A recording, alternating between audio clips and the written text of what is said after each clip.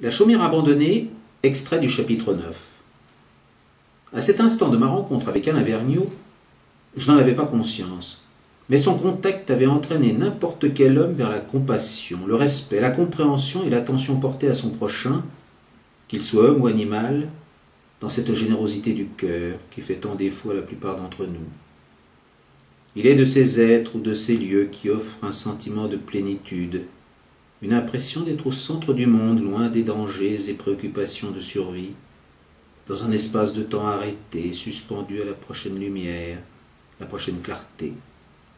Plus tard, au cours d'un entretien ultérieur, le Vergniaud me parla de ses sensations. Certaines grandes villes, petits bourgs ou campagnes donnent par leur charme des instants de bonheur immédiat, sans réflexion ni calcul. Certains êtres, souvent pauvres et méprisés, ont également cette capacité de nous transporter vers des univers inconnus, des timbres de voix inédits, des gestes doux et puissants tout à la fois. Il faut une disponibilité d'esprit promise par le détachement des choses, des soucis de jouissance et de réussite, pour appréhender la valeur de cet autre, dont j'ignore tout, et dont la crainte et la méfiance sont les premiers sentiments qu'il inspire. Il est plus difficile de se départir de sa haine, de sa suffisance, de son insolente indifférence, que de faire émerger en l'autre le meilleur de lui-même. Le rapport à nos amis les animaux en est un parfait exemple.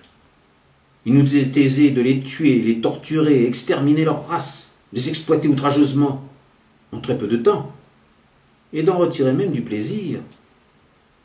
Il est beaucoup plus difficile de s'en faire des amis, de les connaître, les respecter, tolérer leurs différences et sensibilités, leur environnement, vivre à leur côté plutôt qu'à leurs dépens, sans pour autant vouloir bouleverser les lois de la nature, mais simplement en adoptant nos comportements et en cultivant le bonheur d'échapper à notre barbarie primitive et à notre égoïsme aveugle.